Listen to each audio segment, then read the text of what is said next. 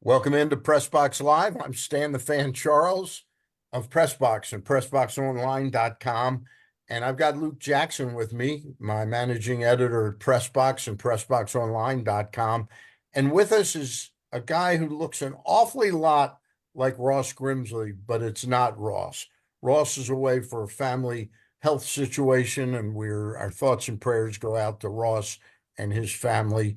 But joining us on short notice is the head coach of the UMBC Retrievers baseball team, Liam Bowen. And Liam, you'll be with us in about a minute. I've got to do a couple brief ads and then we'll get going, talk about the prospects for the 2024 Retrievers and more. But first, I got to ask you a question. What company has the expertise and technology to make your home substantially more energy efficient, comfortable, and even virus-free? That would be AJ Michaels, our friends in the heating and air conditioning business in Baltimore and Annapolis at ajmichaels.com.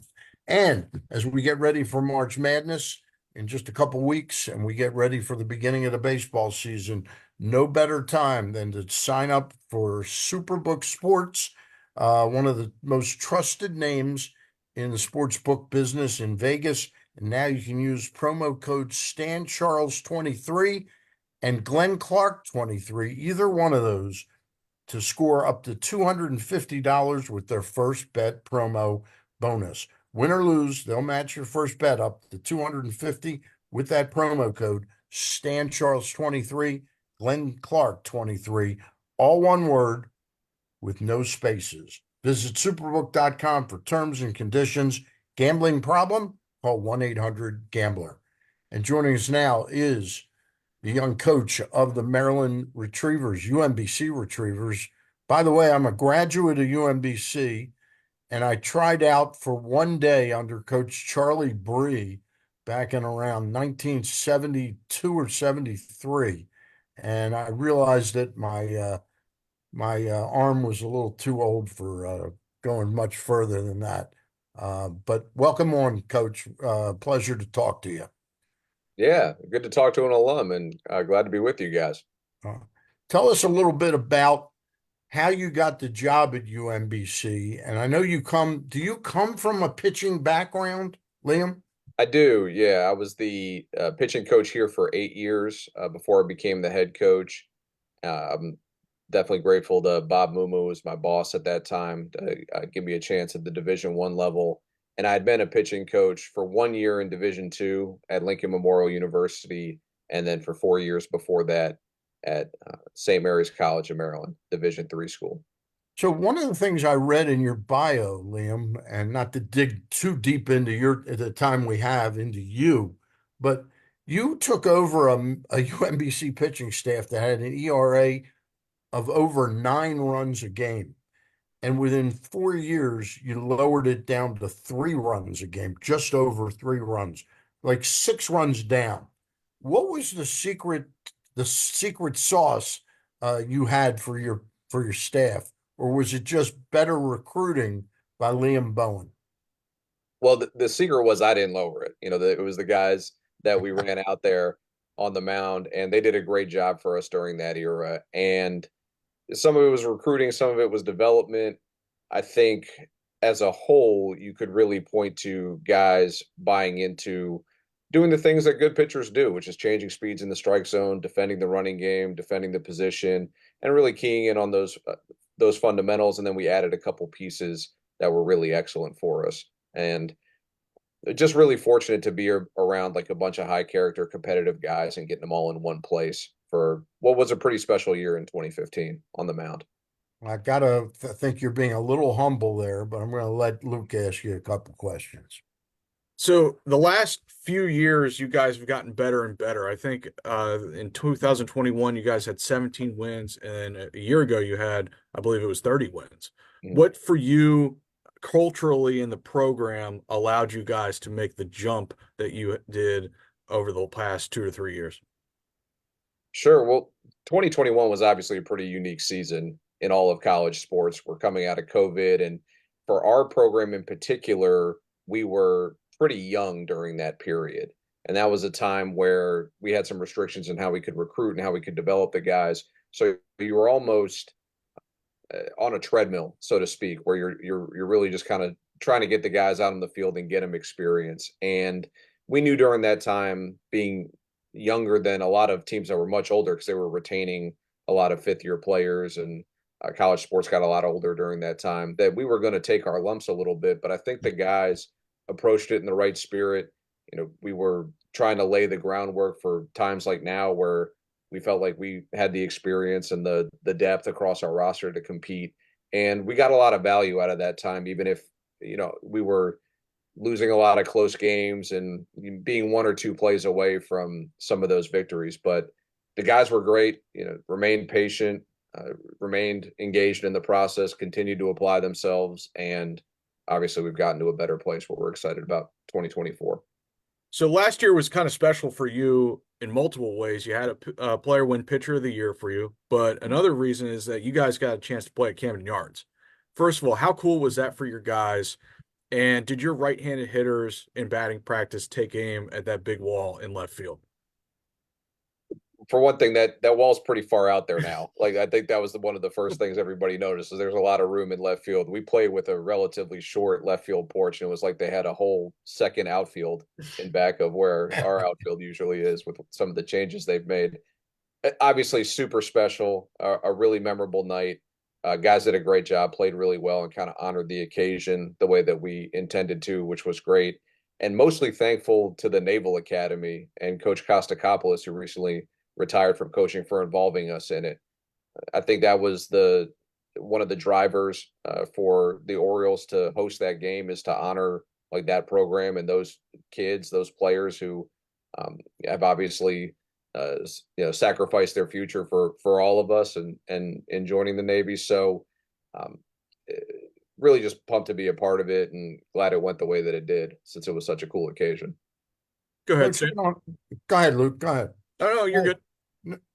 Coach, we don't have time to talk about all of your entire roster, but I imagine a couple of those players that were young back in that time period when COVID first hit, they're your juniors and seniors now. Are there a couple of the seniors that you can point to as leaders and who have really accomplished something that you're really proud of at UMBC? Oh, certainly. I think you got to start with our two captains, and that's Luke Johnson and Justin Taylor.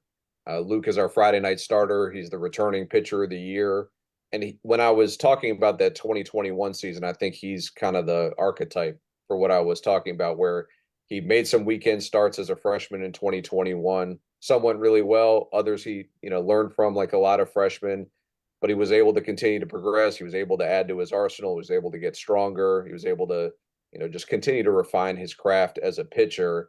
And now he's at a point where he's, like I said, the returning pitcher of the year, and a guy who I think gives us a chance to win against anybody we play every Friday night, which is a great place to be. So Luke's been able to build on that and been able to use his voice as a leader for us, which has been awesome.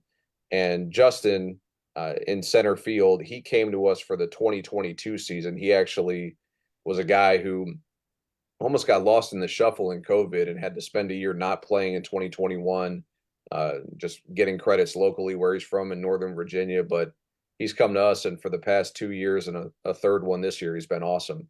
We converted him to the outfield, and he's just, I could go on and on about him. He's like a fabulous young man. They both are from amazing families, and he's really solidified our outfield and the top of our order since he's been here. I had two more of your seniors that I wanted to talk to you about. One's another grad student, and that's a pitcher that you told me before we went on the air, pitched at Stevenson. What's unique about him, Samuel Downs, is he's 6'7". He's going to play for you as a transfer graduate student. Is there something going on with him at 6'7" that maybe there's a gear that he's never been able to tap into? I think he's in the process of doing that, and that started before he got to us. He was a guy that obviously got to college. He had some injury stuff. There was COVID. There was a lot of adversity in the early part of his career, and I think there was a process of figuring out his body. He's got longer limbs than most of us. He's got a lot longer limbs than me. He's a tricky mound visit for me. I got to crane my neck up at him. But the uh, that process, It's to scared. his Does it credit, scare you? Is it scare you when you have to go out to take him out of a game? no. He's a great guy. I really enjoy working with him every day. But although very competitive, I could see where that he would want to be in. But the the thing that I really respect about Sam, and I think it needs to be mentioned, is just how much he kept the faith in himself during all that adversity, and how well he's applied his physical gifts to learning the craft of pitching to the point where now he's got really good stuff. I think he's a legitimate pro prospect, and he's going to be in a Division I weekend rotation for a team that won 30 games last year, which is a far cry from being on the shelf and pitching at a smaller school. So we're really excited about him, and we only get 1 year with him, but we're going to make the best of it. They say you can't teach players how to run faster, and they say you can't do that much with velocity of pitchers. But you find when you get into analytical study of delivery and body movement that you can do some things to increase velocity a great deal and sort of unlock something that hasn't been there before. It seems like that's what's going on with this kid. I think that's fair to say, and like I said, the credit's his. I mean, he was throwing pretty hard the first day he showed up Mhm. here, which was part of our interest in him in the recruiting process. I think what we're finding in pitching, as a guy who's been immersed in it for 20 plus years at the college level, if you count me playing, uh, and believe me, if I could have learned more about velocity back then, I would have done it. That was that Yep. was what I was lacking. I didn't throw as hard as a guy like Sam Downs, but I think what we're finding out is a lot of the new tools and techniques that are being used in player development are making velocity and command about equally attainable for guys. It used to be the thought that you're born with velocity and then you learn to command it, Yep. and you kind of learn the craft and skill of pitching that way. And now I think both are about equally teachable and learnable. Both are hard to do. It's hard to become a good pitcher, but we're finding that we just have more tools in the box to help guys, and that's what makes it kind of exciting to be a pitching coach in 2024. Go ahead, Luke. Yeah, so I wanted to touch on the uptick in velocity across the game that you just touched on as well. Uh, when you look at some of these staffs, and I'm talking about uh, the top conferences in America, like their average velocity is like close to major league average. I mean, Mhm. it's crazy. And you see some JUCO arms who are throwing absolute smoke. So my question to you is, what do you see in the America East? Is velocity climbing in the America East just like it is everywhere else? And you're seeing kids with like major league average fastballs or better a lot? It's absolutely climbing at every level of the game. It's just the training and the access to higher end coaching, the access to higher end strength training is completely different than it was, 10, 15, 20 years ago. And to their credit, the players of today are taking great advantage of it.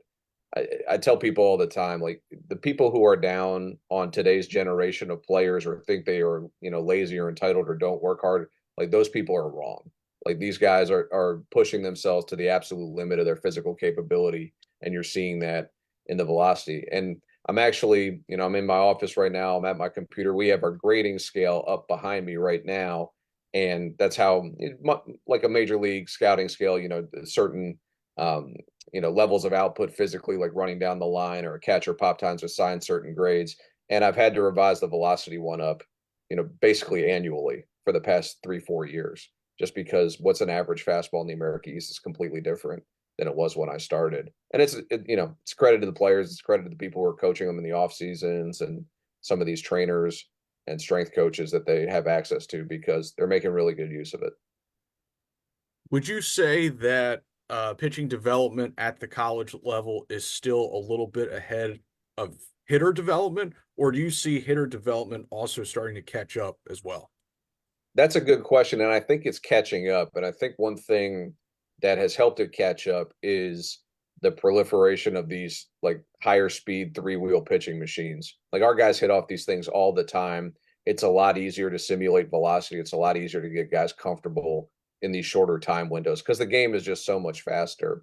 And I I took a lot of pride in my day, and my day is kind of getting past now. I just turned 40, and I can't throw it quite like I used to. But I used to think I could throw a really good BP. I can't approach what these machines can do in terms of preparing the hitters, and we've gravitated towards that over the last few years. And it's like anything else. The more exposure to these higher velocities you get, it's going to make you more comfortable with them and perform better against them. So I think there was a time when the pitchers were a little ahead of the hitters, but that's starting to even out in our sport from what I can When see. when We're talk- recruits we're- come to UMBC, are they at this point like veterans of the, I guess that now it's not even newfangled technology, but things like TrackMan and Rapsodo, are they like veterans of that stuff by the time they get to you? I wouldn't say they're veterans because I think part of our job is helping these guys figure out how to use it and sort of weaponize it for themselves and uh, create like advantages with it. But certainly they're conversant in it. It's really rare that we would recruit somebody who just doesn't know anything about like what higher end baseball development looks like in 2024 because we're looking for intelligent, curious people, among other things. They have to be physically talented, but that curiosity and love of the game, love of being the student of the game, that's super important. That's a separator in recruiting. So usually the guys who we want to recruit are the guys who are going on YouTube and looking up videos about how to throw harder or hit it farther or run faster or what, weight training program they should be on, all of those things. So we like those guys. And typically they're in a good place to start having some higher level conversations about how to use these techniques to help them and to help our team. We're talking with Coach Liam Bowen of the UMBC Retrievers, whose baseball team starts play this coming weekend out of Santa Clara. I've got some more questions, and I'm sure Luke does, but right now I got to tell you a little bit about the Costas Inn. Are you a crab eater, Coach Bowen? About once a year with my Once a year. in-laws. I Well, don't then have the there's no patience, man. I'm a crab cake eater. then that's the thing to get out at the Costas Inn, or the once a year crab eater. Steamed crabs, crab cakes, crab soup, got it all at the Costas Inn, located at 4100 North Point Boulevard. They started about 12 years before Liam Bowen was born. They're located, as we say, out in Sparrows Point, the Dundalk area, that right around the corner there. The Costas Inn, tremendous place. If you're planning to get crabs during March Madness or something like that, and you want to take 6, 8 people and watch a couple games, eat some crabs, take down the phone number 410-477-1975 because you need to call up in advance, reserve the number of crabs you want, the size you want, the price point you can afford. The Costas Inn. Also, great specials Monday through Friday, every weeknight of the year, Monday through Fridays, great specials at the Costas Inn, one of my favorite places to go. Continuing with Coach Liam Bowen of the UMBC Retrievers. And Liam, it's interesting. Used to think that major league coaches were always going to be guys who had played major league ball. But that's changing quite a bit now. And I see guys from academies, these special training facilities and college coaches getting big league jobs. It seems like it's connected to the use of analytics and advanced technology. Could you talk a little bit about that? What's driving that at the major league level? Sure. I think we're going through a lot of rapid change in player development over the past 10 years or so. And the people who have been really creative and really forward thinking about how to use some of these new tools are starting to profit from that. Their teams are winning more. They can move up in the industry personally. It's not my path. Like I'm a college guy through and through and Yeah. absolutely love it at UMBC. Um, I'm not somebody who's really interested in working at that level, but a lot of my friends and guys that I know through coaching have been, and they've gotten those jobs. And I think it's been an injection of life into player development at all levels. I think when you work at maybe a little bit of a lower level or you're a little bit more out of the spotlight, I think it can become a platform to take some chances and try some things and to be a little bit more creative. And the big league guys are looking for that creativity. It's prioritizing it a little bit higher, and the college guys are the ones who are showing evidence of that. So I think that's why it's gone the way it's gone. They always say that baseball is a game of failure. But do you find that players at the major league level will be more welcome to newer ideas when they're not succeeding? I think generally, I think timing your input with players is important. I think mostly it's about the relationship and about landing the message with players, and being really intentional about what that message is, because these are guys who have put everything they have into their careers. And I think to receive some kind of message from a coach, they need to understand that that's a real coming from a really thoughtful place. So sometimes it's timing, and sometimes you're maybe trying to catch the guy at the right moment where he's the most open. But I really believe all players are open to being better and to taking like really thoughtful coaching. Not many players are open to taking sort of offhand, shoot from the hip type of coaching. And we obviously want to coach in the first way, where we're thoughtful and intentional. I had one more senior player I wanted to ask you about. And the reason I'm asking is because I looked at all your seniors, and most of them are as expected: New Jersey, Delaware, Pennsylvania, Virginia, Maryland. Don Baracani, an infielder that you have, is from Mhm. Washington State. Is there an interesting recruiting story there? How did he end up at UMBC? Yeah, there is. We had a an opening at shortstop after the 2022 season, and I remember riding back on the bus from the conference tournament that year. We lost a 1-run game to NJIT up in Maine, and I was talking with the coaching staff, and I said, we need to find a shortstop this summer, which is very late in the recruiting Yeah, process. It wasn't something we expected to do, and we needed somebody who's a star on defense and a good role player on offense. And we feel really fortunate that we found Dawson. He's a guy who is a hitter that can do multiple things, turn the lineup over from the 9 spot, does a great job managing the strike zone. But where he really shines, I think, is defensively. He does a great job for us at shortstop and has really solidified the infield. And we were very fortunate that year. We recruited him, and also Anthony Swenda, his double play partner at second base, another senior that I think warrants mentioning. He's had a great fall in preseason. He's going to hit in the middle of our order. And the two of them, I think, really, they're just so trustworthy in the middle infield. I think, where I know everybody in our program has a ton of faith in those two, offensively and defensively.